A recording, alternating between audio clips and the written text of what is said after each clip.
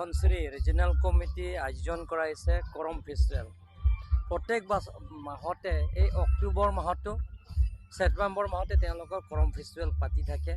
গতিকে এবাৰো পাতিছে, তেওঁলোকৰ পৰম্পৰা যিটো পাতিছে সেই ফেষ্টিভেলটো, কৰম ফেষ্টিভেলটো, সেই উৎসৱটো সকলো ধৰ্মাৱলম্বীও আছে ইয়াত।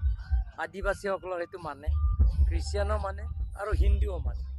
গতিকে সেইটো তেওঁলোকৰ পৰম্পৰা, যিটো আমাৰ কাৰ্বিসকলৰ কাৰ্বি ইউথ ফেষ্টিভেল নিচিনা এইটো কৰম ফেষ্টিভেল তেওঁলোকে মানিছে। তাক মোক নিমন্ত্ৰণ কৰিছে আমাৰ আদিবাসী ৱেলফেয়াৰ ডেভেলপমেণ্ট কাউন্সিলৰ ডেপুটি CM আহিছে আৰু তেখেতসকলৰ ইয়াত হোষ্টেল লাগে বুলি কৈছে। অহা বছৰ যিটো নেকি আমি যি কৰিব লাগে, আৰু এবাৰো আমি পিটাৰ ডাইৰৰ লগত আলোচনা কৰি এটা চেংচনো কৰাই দিলোঁ এটা হোষ্টেল। গোটেই ধৰণৰ যিবিলাক সমস্যা আছে এই সমস্যাবিলাকৰ আমি আলাপ আলোচনা কৰি সমস্যাবিলাক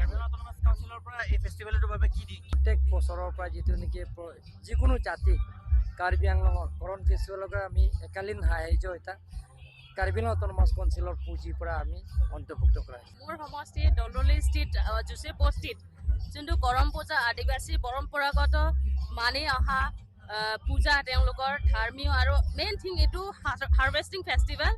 তেওঁলোকে খেতি বাতি আৰু সুস্বাস্থ্যৰ কাৰণে এই কৰম পূজাটো প্ৰত্যেক বছৰে তেওঁলোকে উদযাপন কৰে। ইয়াত আমাৰ সন্মানীয় মুখ্য কাৰ্যবাহী সদস্য Karbi Anglong autonomous council CM sir তেখেত উপস্থিত থাকি পেলাই ডাঙৰ উপহাৰ দিয়া নিচিনা হৈছে।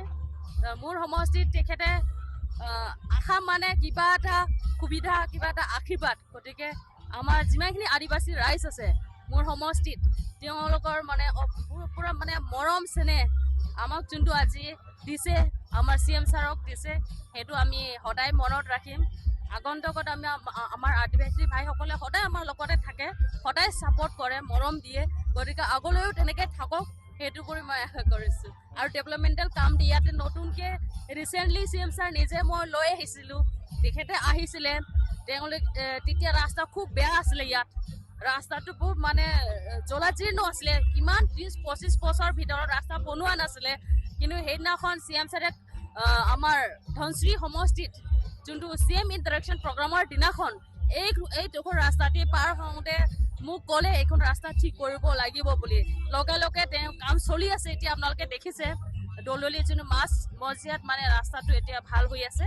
আৰু ইয়াতো হাইস্কুল আপগ্ৰেডেশ্যন কৰিছে, দলদলি ME স্কুলটো হাইস্কুল আপগ্ৰেডেশ্যন হৈছে এইবাৰ। সেইটো ছাত্ৰ ছাত্ৰীৰ কাৰণেও হাইস্কুল লাগে, যোনটো কষ্ট কৰি পেলাই ৰাইজে একেলগে মিলি জুলি চলাই আছিলে। এতিয়া ফুল ফ্লেজ গভমেণ্ট হৈ যাব। গতিকে বিল্ডিঙো ধুনীয়াকৈ পালে, আপোনালোকে দেখিছে।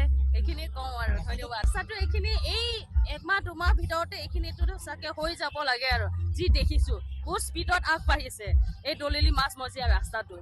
তাৰমানে চব ফালেও ৰাস্তা কাম কৰি আছে এতিয়া আমাৰ CM ছাৰ ডক্টৰ তুলিয়ন ৰহং ছাৰৰ নেতৃত্বত আৰু ডক্টৰ হিমন্ত বিশ্ব শৰ্মাৰ নেতৃত্বত।